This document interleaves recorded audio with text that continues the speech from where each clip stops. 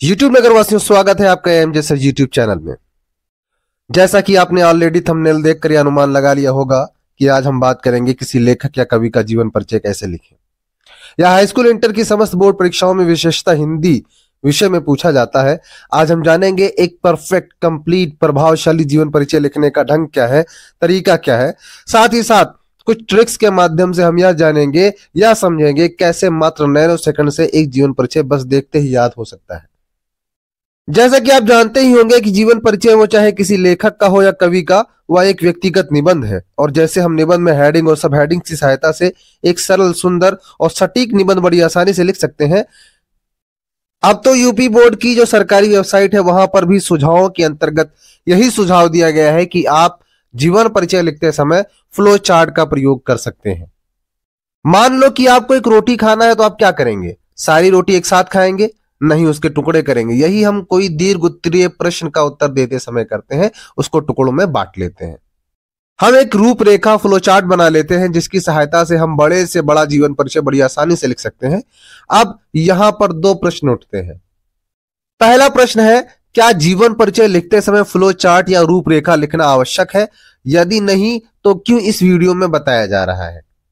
दूसरा प्रश्न यह होगा, फ्लो चार्ट या रूपरेखा को सही प्रकार से कैसे बनाएं, उसमें कौन कौन सी हेडिंग और कहां उसे लिखना चाहिए? पहले सवाल का जवाब है नहीं। जैसा कि यूपी बोर्ड की सरकारी वेबसाइट में सुझाव के अंतर्गत दिया गया है कि आप जीवन परिचय लिखते समय फ्लो चार्ट या रूपरेखा का प्रयोग कर सकते हैं। कोई अनिवार्यता नहीं है, कोई जरूरी नहीं है। हाँ, मगर यह वह तरीका है जिसकी सहायता से टॉपर लिखते हैं और लोग टॉपर बनते हैं, क्योंकि रूपरेखा के बिंदुओं या हेडिंग की वजह से आपके विचार सुक्रमित और सुव्यवस्थित ढंग से पिरोए हुए लगते हैं। आपका जीवन परिचय एक फूलों की माला के जैसे लगता है। अब दूसरा प्रश्न ये उठता है कि हम फ्लो चार्ट बनाए तो बनाए कैसे, और इसे एग्जाम में लिखें तो लिखें किस तरह? बने रहे हमारे साथ, अब हम यही बताने वाले हैं। किसी भी निबंध को, जैसा कि हम ऊपर बात कर चुके हैं, और जीवन परिचय भी एक तरह का निबंध है, व्यक्तिगत निबंध है, उसको हम तीन भागों में बांट सकते हैं। पहली हेडिंग होगी प्रस्तावना, दूसरी हेडिंग होगी मुख्य बिंदु, और तीसरी हेडिंग होगी साहित्य में स्थान। यहां पर एक बात ध्यान रहे कि ऊपर हमने जीवन परिचय के अनुसार बताया है, ना कि निबंध के अनुसार। ठीक है। मुख्य बिंदु में हम जीवन परिचय के अंतर्गत लिख सकते हैं क्या? जन्म, जन्मस्थान, माता पिता, शैक्षणिक योग्यता जिसमें प्रारंभिक शिक्षा व उच्च शिक्षा, शिक्षक व गुरु का उल्लेख यदि संत परंपरा के हो तो जरूर करें, आजीविका, वैवाहिक जीवन, मृत्यु तथा मृत्यु स्थान। साहित्यिक परिचय में हम क्या क्या लिख सकते हैं? प्रमुख विषय, लेखन विधा, प्रमुख रचनाएं, भाषा शैली, और अंत में साहित्य में स्थान जरूर लिखें। अब मैं आपको सूरदास जी का जन्म परिचय लिख के बताता हूं कि किस प्रकार हम एक कंप्लीट जीवन परिचय लिख सकते हैं। पहली हेडिंग होगी प्रस्तावना, जिसके अंतर्गत हम लिख सकते हैं अष्टछाप एवं भक्ति काल की कृष्ण धारा के कवि। जीवन परिचय के अंतर्गत पहली हेडिंग में लिखेंगे जन्म, सन 1478 ईस्वी, जन्म स्थान रूनकता गांव, अन्य जन्म स्थान सीही नामक गांव, माता जमुना दास, पिता रामदास सारस्वत, शैक्षणिक योग्यता शिक्षा दीक्षा गुरु से प्राप्त की, शिक्षक या गुरु का उल्लेख में हम वल्लभाचार्य लिख सकते हैं, वैवाहिक जीवन अविवाहित, मृत्यु तथा मृत्यु स्थान सन 1583 ईस्वी पारसौली।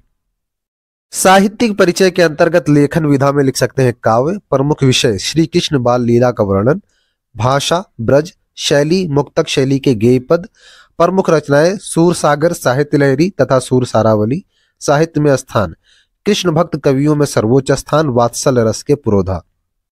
ऊपर दिया गया फ्लो चार्ट बस आपको एक आइडिया देता है, एक ढंग बताता है कि किस प्रकार आप एक बेहतरीन जीवन परिचय लिख सकते हैं। चलो अब इसे खोल कर डिटेल में समझ लेते हैं।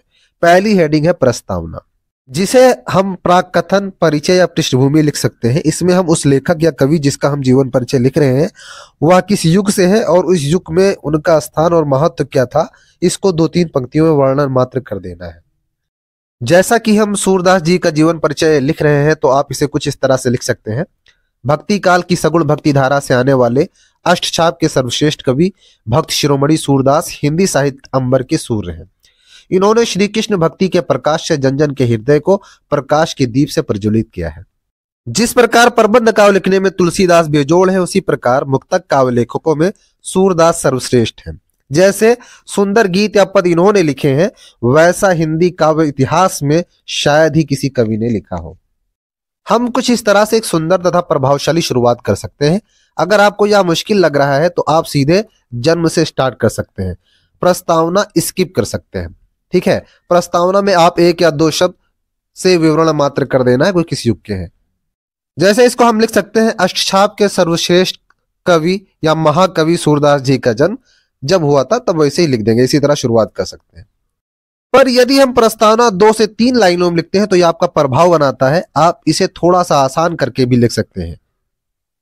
चलो अगली हेडिंग समझ लेते हैं, सूरदास का प्रारंभिक जीवन। हिंदी साहित्य गगन के सूर महाकवि सूरदास के जीवन के विषय में निश्चित रूप से कुछ नहीं कहा जा सकता। अंततः साक्ष्य और किंवदंतियों के आधार पर निम्नलिखित तथ्यों का पता लगाया गया है। डॉक्टर हरिचरण शर्मा के मतानुसार सूरदास जी का जन्म 1478 ईस्वी के आसपास मथुरा से आगरा जाने वाली सड़क पर स्थित रुनकता या रेणुका नामक स्थान के निकट शाही नामक गांव को माना जाता है।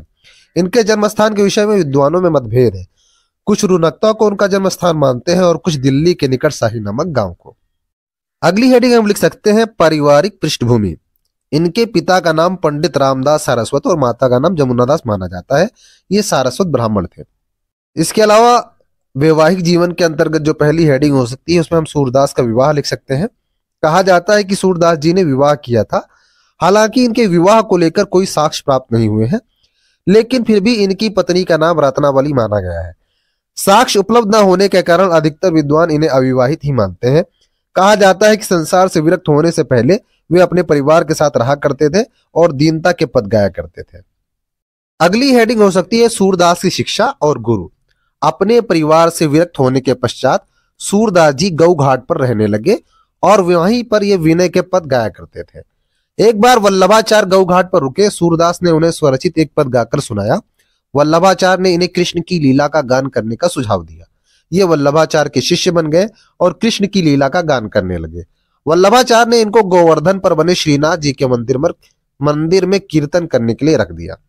महाकवि सूरदास को अष्टछाप के कवियों में सर्वश्रेष्ठ माना जाता है। ये अष्टछाप कवि क्या है, ये एग्जाम में आ सकता है, तो जीवन परिचय में इसे लिखे या ना लिखे आपके ऊपर है, लेकिन इसके बारे में जानना आपके लिए बहुत महत्वपूर्ण है। तो एक हेडिंग हम अष्टछाप कवियों के बारे में भी जान लेते हैं।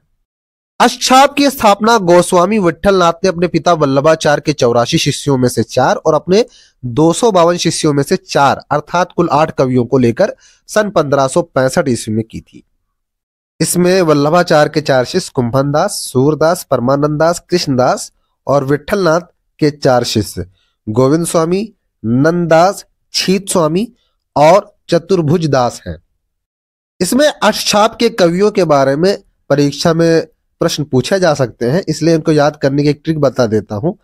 तो कुंभनदास, सूरदास, परमानंददास, कृष्णदास से पहला जो अक्षर होगा वो कु सु प क्री होगा और इससे एक वाक्य बना लेते हैं। यह कुसुम जो सुगंधित और परमानंद देने वाला है, यह कुसुम जो सुगंधित और परमानंद देने वाला है कृष्ण का है।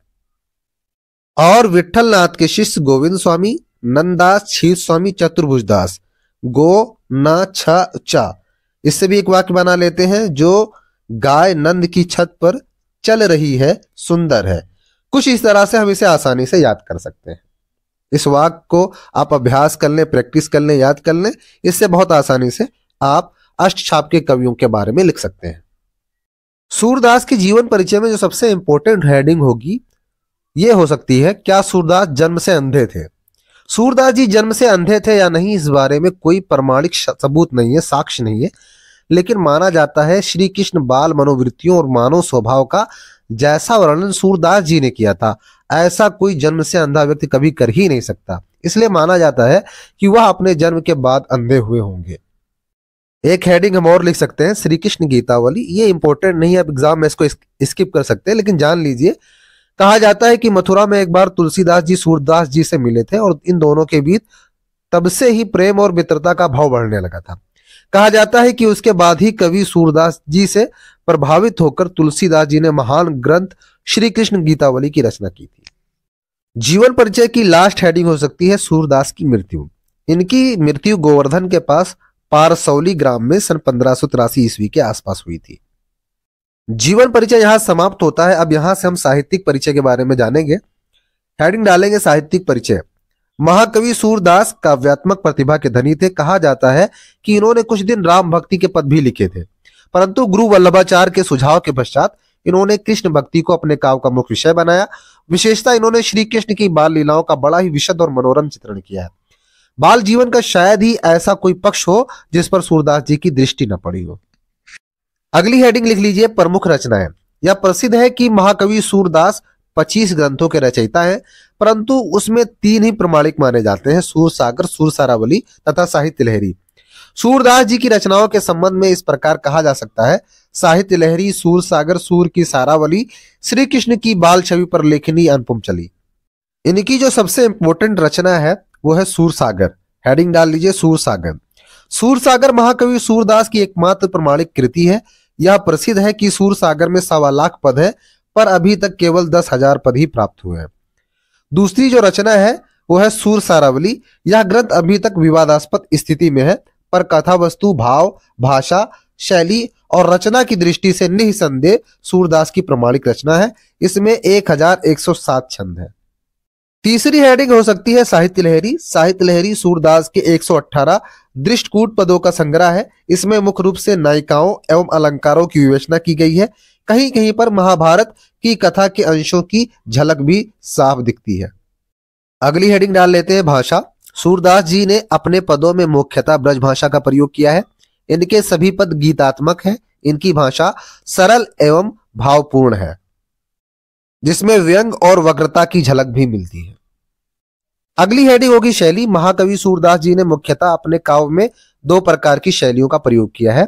पहली होगी मुक्तक शैली और दूसरी वर्णनात्मक शैली।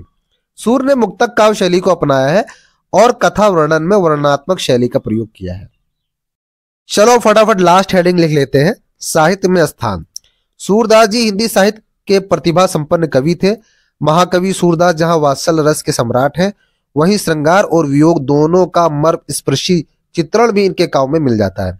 सूरदास जी का हिंदी साहित्य के कृष्ण भक्त कवियों में सर्वोच्च स्थान है। कहा भी गया है, सूर सूर तुलसी ससी उड़गुन कैसव दास, आपके कवि खद्योत्सम जहां करत प्रकाश। कुछ इसी तरह से हम किसी का भी जीवन परिचय ले सकते हैं। आप सूरदास जी के यहाँ तुलसीदास का प्रयोग कर सकते हैं, कृष्ण भक्ति के यहाँ राम भक्ति का प्रयोग कर सकते हैं, और बाकी हेडिंग में थोड़ा सा बना बना के अपने तरीके से लिख सकते हैं। जो जो उन्होंने किया है उनकी शैली, जैसे इन्होंने मुक्तक शैली में यूज किया है तो उन्होंने प्रबंध काव्य का प्रयोग किया है, उसी तरह से थोड़ा थोड़ा सा चेंज किया होगा, बाकी सारी हेडिंग समान होगी। तो इस तरह से आप एक कंप्लीट जीवन परिचय लिख सकते हैं। इतना बड़ा सिर्फ आपको समझाने के लिए है, ताकि आसानी से आपको एक एक बात समझ में आ जाए। आप चाहे तो सिर्फ जीवन परिचय और रचनाएं लिख सकते हैं। उस तरह का जीवन परिचय ऊपर आई बटन में आपको 1 मिनट का जीवन परिचय नाम से दिख भी रहा होगा, आप उसको भी फॉलो कर सकते हैं। परंतु मैं चाहूंगा कि आप फ्लो चार्ट को फॉलो करते हुए जीवन परिचय, रचनाओं के साथ भाषा शैली और साहित्य में स्थान पर 2-2, 3-3 लाइन जरूर लिखें। अब यहां पर हम इस कक्षा को समाप्त करते हैं। ईश्वर करे आप हिंदी में 90+ नंबर मार्क्स लेकर आए। आपका भविष्य स्वर्णिम और मंगलमय हो। जय हिंद, जय भारत।